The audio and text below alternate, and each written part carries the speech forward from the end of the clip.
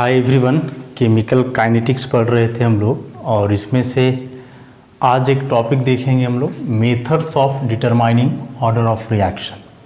इसके पहले order of reaction के बारे में हम लोग पढ़ चुके हैं और बताए थे कि जो ऑर्डर होता है किसी भी रिएक्शन का वह एक्सपेरिमेंटली डिटरमाइन किया जाता है। तो कौन कौन से वैसे मेथड्स हैं जिसके थ्रू उस रिएक्शन का ऑर्डर हम लोग डिटरमाइन कर सकते हैं, तो उसी को हम लोग जो है आज डिस्कस करेंगे। इसमें से कुछ थ्योरेटिकल मेथड्स हैं, कुछ एक्सपेरिमेंटल हैं, तो सबको मिला करके जो है हम लोग पढ़ेंगे इसमें। तो इसमें से सबसे पहला आता है unit of rate constant. Unit of rate constant, rate constant का यूनिट के मदद से जो है ना हम लोग रिएक्शन का ऑर्डर जो है पता कर सकते हैं। और यूनिट जो है रेट कांस्टेंट का, उससे किस प्रकार से हम लोग ऑर्डर पता करेंगे ये पहले भी बताए हैं कि इसमें हम लोग क्या करते हैं कि जो यूनिट होता है रेट कांस्टेंट का उसको कंपेयर करते हैं जनरल यूनिट से। जैसे मान लो कि कोई रिएक्शन का रेट कांस्टेंट का यूनिट है ऐसा, मोल -2 लीटर 2 पर सेकेंड, और बताना है कि इस रिएक्शन का ऑर्डर क्या होगा। मतलब ये केवल यूनिट तो नहीं रहेगा, कुछ वैल्यू होगा। सपोज मान लो ऐसे लिखो इसको, K = 2.5 मोल स्क्वायर, मोल -2 लीटर का पावर 2 और पर सेकेंड ऐसा, और इसका ऑर्डर पता करने बोले। तो nth ऑर्डर रिएक्शन के लिए जो K का यूनिट बताए हैं वो क्या बताए हैं, मोल का पावर 1 - n लीटर का पावर n-1 पर सेकेंड। तो इससे इसको बस कंपेयर कर देना है, केवल मोल 1 - n लीटर n-1 पर सेकेंड, और इधर है मोल -2 लीटर 2 पर सेकेंड। किसी भी टर्म को इक्वेट कर दो, पर सेकेंड की जगह पर सेकेंड ठीक है, ये n-1 की जगह 2 है, या फिर 1 - n की जगह -2, किसी से भी इक्वेट कर दो। जैसे 1 - n है, यहाँ -2, तो ये -2 है, इधर ले आओगे तो +2 हो जाएगा, और ये -n उधर जाकर के +n, तो n बराबर आ गया 3, मतलब रिएक्शन का ऑर्डर कितना 3। यहाँ से भी कर सकते हो, n-1 बराबर 2, तो n बराबर 2 + 1, तो यहाँ से भी आ जाएगा 3। तो ऐसे यदि रेट कांस्टेंट का वैल्यू दिया हुआ हो तो वैल्यू मतलब कि यूनिट के साथ रहेगा, तो उसके यूनिट के मदद से जो है ना हम लोग पता कर लेंगे कि इस रिएक्शन का ऑर्डर क्या होगा। अगला इसमें एक मेथड है half life method. Half life method से भी जो है हम लोग कैलकुलेट करते हैं या डिटरमाइन करते हैं रिएक्शन का ऑर्डर।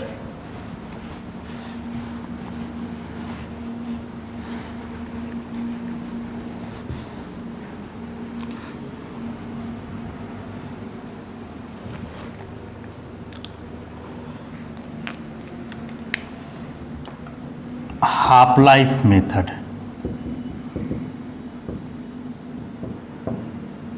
दूसरा मेथड है रिएक्शन के ऑर्डर को पता करने का, हाफ लाइफ मेथड। एक्सपेरिमेंटली ऐसा पाया गया है कि किसी भी रिएक्शन का जो हाफ लाइफ होता है वह इन्वर्सली प्रोपोर्शनल होता है रिएक्टेंट के इनिशियल कंसंट्रेशन का n-1 पावर का, जहाँ n ऑर्डर हुआ। क्या बोले कि किसी भी रिएक्शन के लिए ऐसा पाया गया है कि जो उसका हाफ लाइफ होता है वह रिएक्टेंट के इनिशियल कंसंट्रेशन का n-1 पावर का इन्वर्सली प्रोपोर्शनल होता है। प्रोपोर्शनलिटी का साइन हटाओगे तो कोई कांस्टेंट दे करके चलेंगे, तो t½ बराबर मान लो यहाँ आ गया k, और a का पावर n-1। इसी इक्वेशन को यदि हम लोग दो अलग अलग फॉर्म में लिखे, दो अलग अलग इनिशियल कंसंट्रेशन पर, तो एक बार लिखो ऐसा t½ बराबर k, तो ये हो जाएगा a1 n-1, उसी प्रकार से इसी को यदि दूसरे कंसंट्रेशन पर लिखें, T12 कर दो इस बार, तो ये जाएगा Ka2n-1।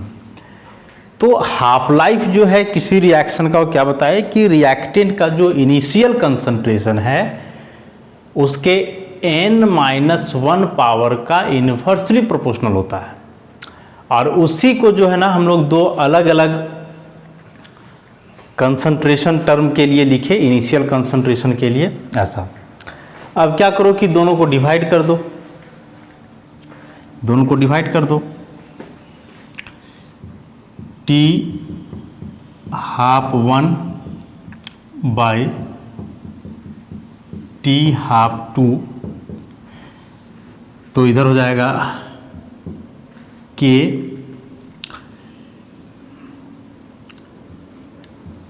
A1 का पावर n-1, और ये डिवाइड करोगे तो उलट जाएगा ना, ऊपर चला जाएगा, ऐसे हो जाएगा A2n-1 बटे K। तो K और K कट जाएगा, तो हो जाएगा T12 T12, और ये हो गया A2 बाई A1 का पावर n-1। n-1 पावर इसका भी है और इसका भी है, तो दोनों का पावर को हम लोग क्या किए, कॉमन ले लिए।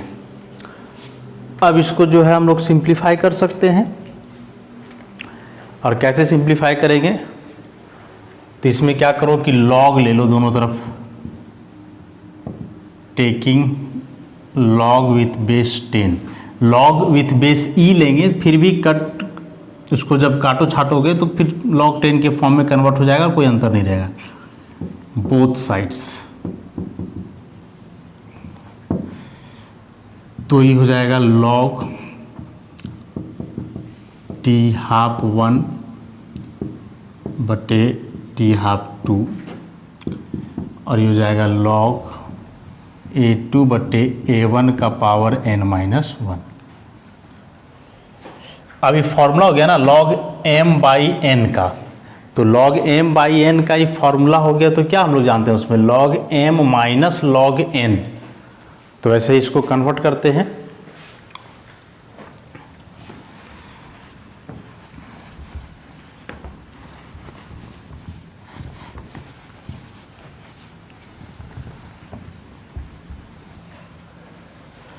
ऐसा, तो ये हो जाएगा log T1 बटे 1 माइनस log T12। इधर क्या हो जाएगा, तो इधर ही n-1 को पहले ले आओ, n-1 log A2 by A1, तो ये फिर log m/n है, तो इसको इतना हम लोग लिख सकते हैं ना, log A2 minus log A1।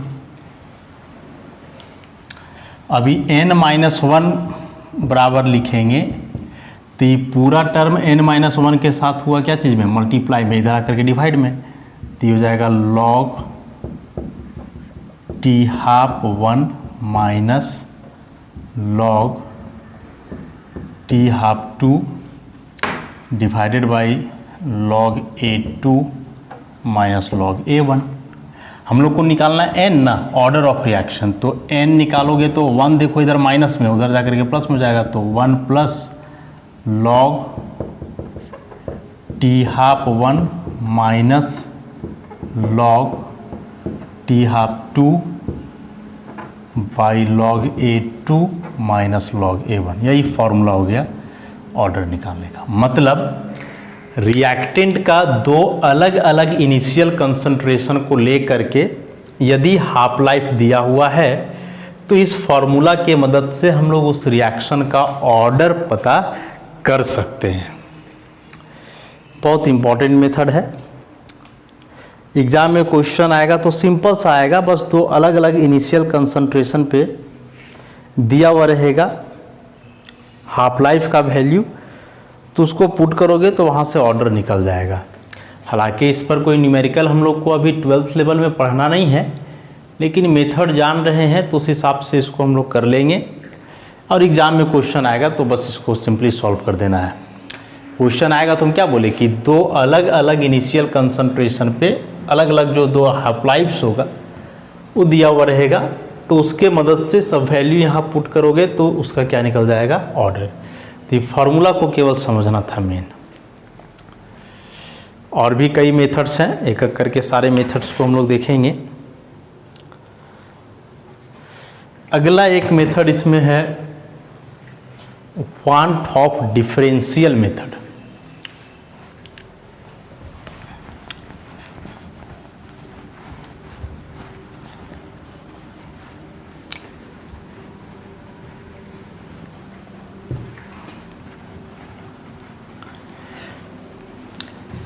Board exam में ऑर्डर डिटरमाइन करने के लिए अभी तक डायरेक्ट कोई क्वेश्चन नहीं आया है, लेकिन कॉम्पिटिटिव एग्जामिनेशन में से जो है हर बार एक क्वेश्चन ऑर्डर से रिलेटेड एग्जाम में पूछे जाते हैं, तो वहाँ फिर यह काफ़ी इम्पॉर्टेंट हो जाता है, इसलिए इस टॉपिक को इग्नोर नहीं कर सकते हम लोग।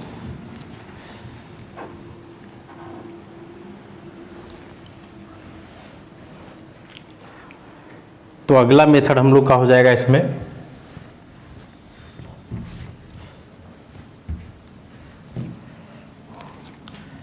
तीसरा number, by Van't Hoff differential method.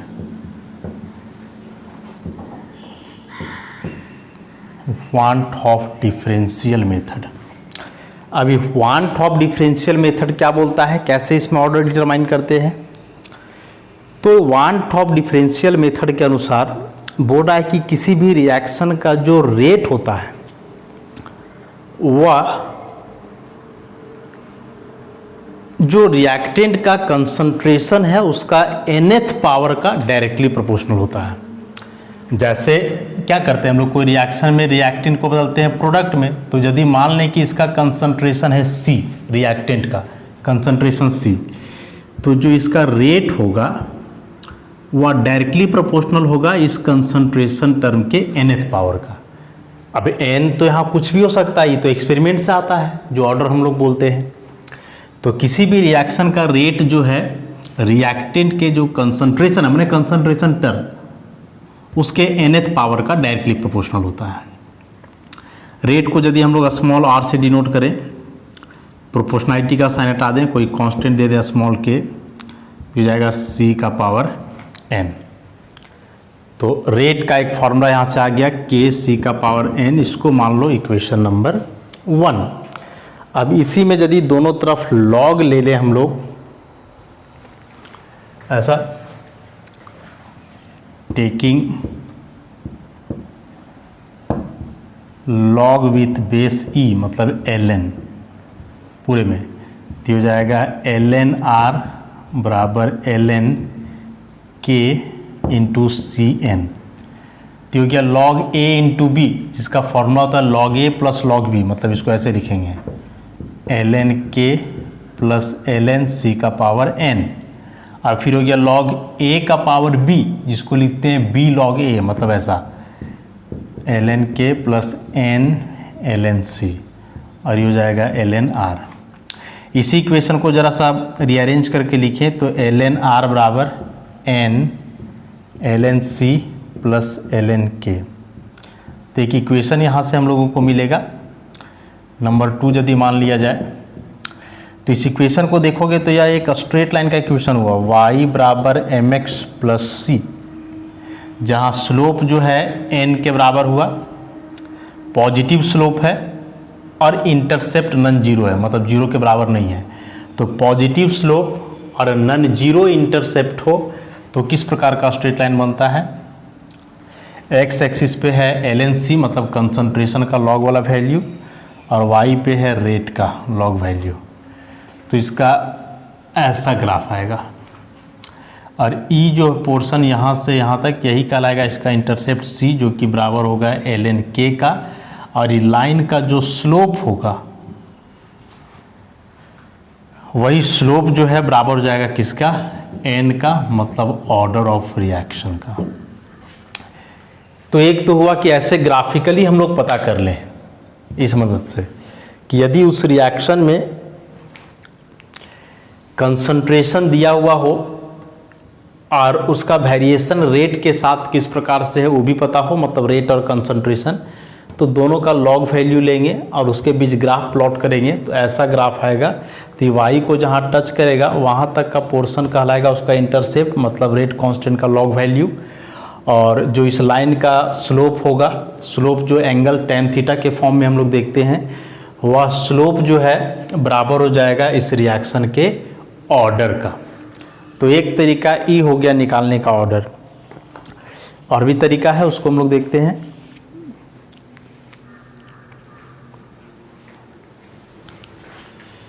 इसी में डिफरेंशियल मेथड से ही एक और तरीका है। एक तो एक ग्राफ के माध्यम से हम लोग पढ़े,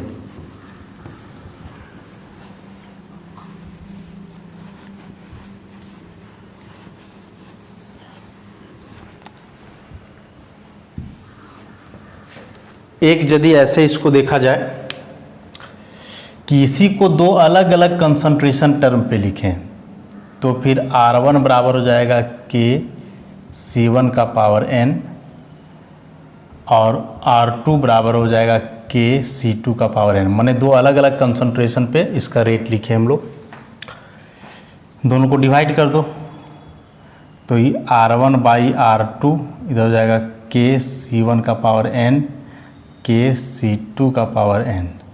K तो कट जाएगा, क्या बचेगा R1 बाई R2 बराबर C1 बाई C2 का पावर n। अब फिर से दोनों तरफ हम लोग क्या करेंगे, लॉग ले लेंगे, लॉग बेस ई या बेस 10 किसी फॉर्म में लोगे, कट करके वही आएगा। तो दोनों तरफ यदि लॉग ले लें तो जाएगा लॉग R1 बाई R2 बराबर ऐसा लॉग C1 बाई C2 का पावर n। हम लोग को निकालना है n, तो ये देखो ये फॉर्मूला हो गया ना, log a to the power b, जिसको b log a लिखते हैं तो इसको लिखेंगे n log C1 बटे C2। हम लोग को n निकालना है तो पूरा इधर आकर के डिवाइड में हो जाएगा, तो n बराबर क्या हो जाएगा log R1 by R2 by log C1 by C2।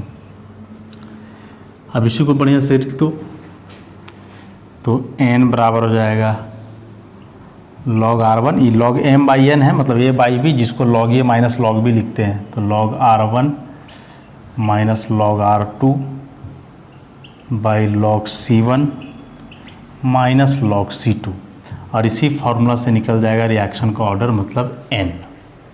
तो यदि दो अलग अलग कंसंट्रेशन पे उसका रेट दिया हुआ हो तो फिर इस फॉर्मूला के मदद से हम लोग निकाल सकते हैं रिएक्शन का ऑर्डर। अगला मेथड इसमें हम लोग देखें, ग्राफिकल मेथड। ग्राफिकल मेथड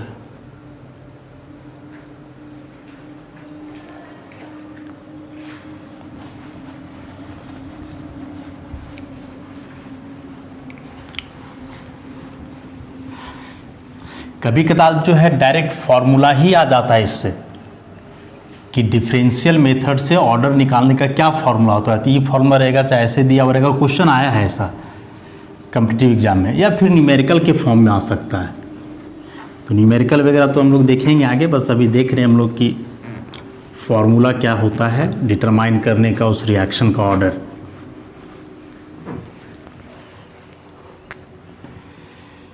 तो अगला मेथड हुआ ग्राफिकल मेथड।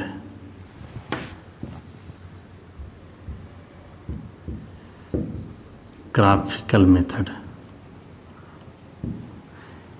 तो इसमें से कई मेथड्स हैं, जिसमें से सबसे पहला हो जाएगा bye plotting graph between by plotting graph between concentration of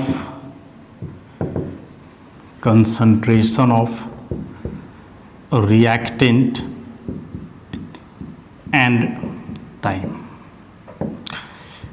reactant का कंसंट्रेशन और टाइम के बीच ग्राफ प्लॉट करके जो है हम लोग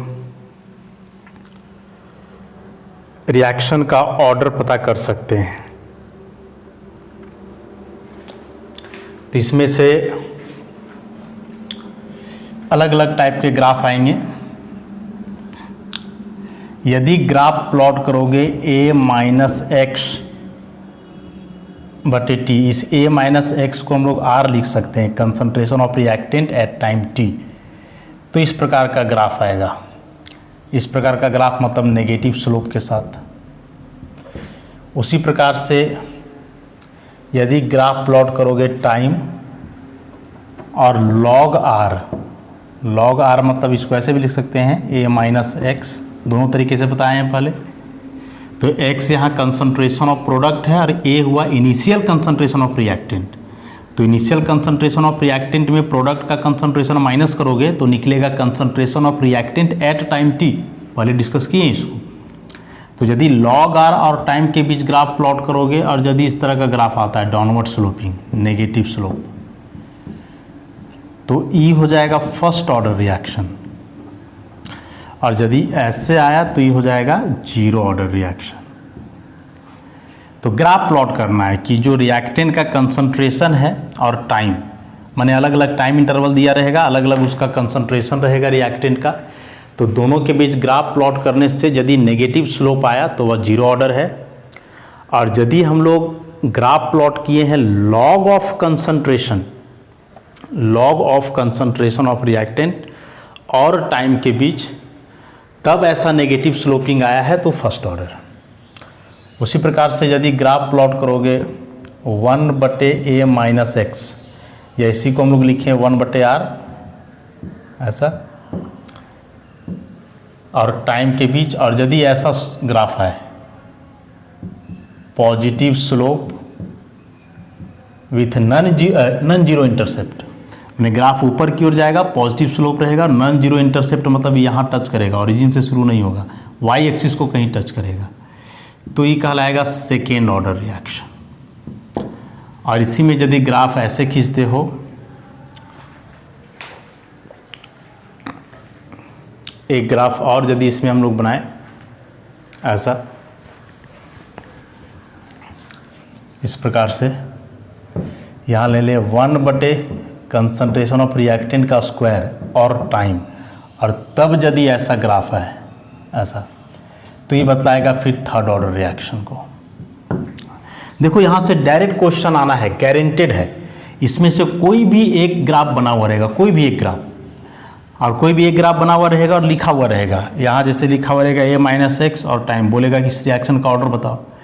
हो सकता है कि ग्राफ प्लॉट किया हुआ रहे, लिख देगा कि सेकेंड ऑर्डर रिएक्शन है, लेकिन बताओ कि वाई एक्सिस पे क्या होगा और एक्स एक्सिस पे क्या होगा। तो ऐसे क्वेश्चंस आ सकते हैं। तो इसको जितना ज़्यादा प्रैक्टिस करोगे आसान होगा। जीरो और फर्स्ट ऑर्डर रिएक्शन के लिए तो हम लोग डेरिवेशन भी किए थे, इस सेकेंड थर्ड ऑर्डर रिएक्शन का हम लोग डेरिवेशन नहीं किए हैं, आगे पढ़ना है, लेकिन अभी जानोगे तो ये ऐसा ही ग्राफ इसका प्लॉट होता है। तो ऐसे इसका आ जाना है ग्राफ।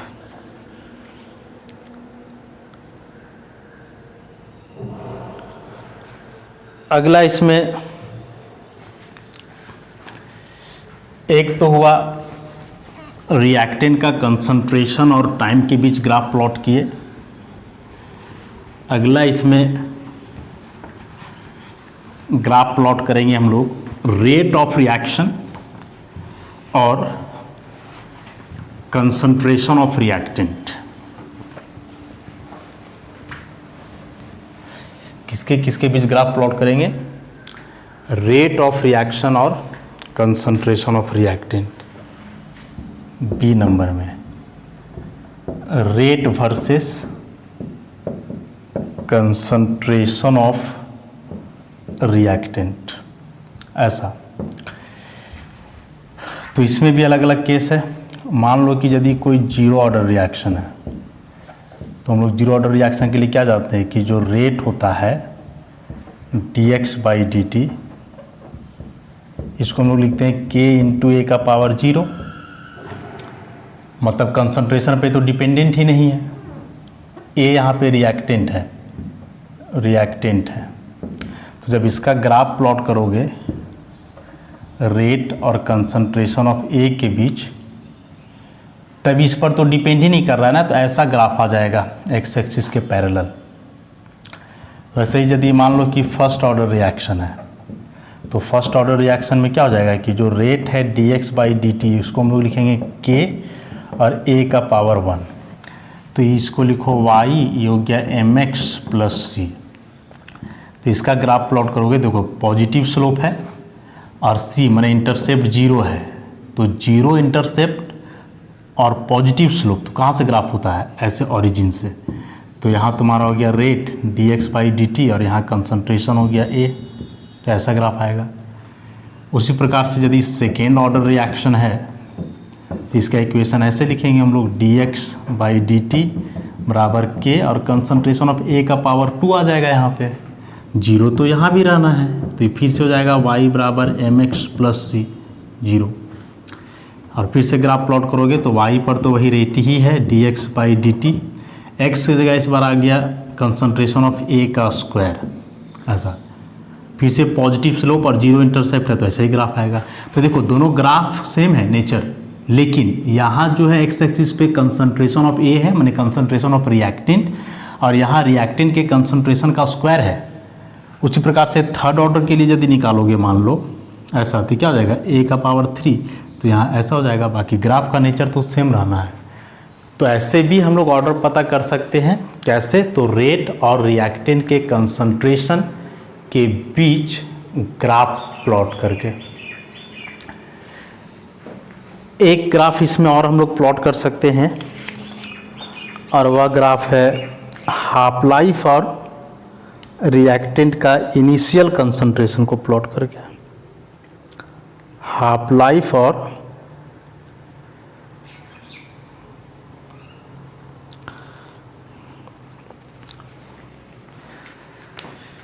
रिएक्टेंट का initial concentration.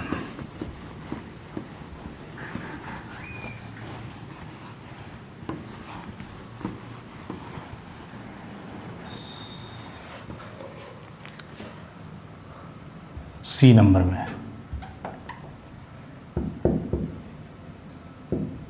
Half life versus,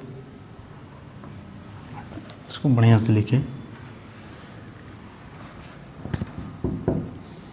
half life versus initial concentration of reactant, ऐसे।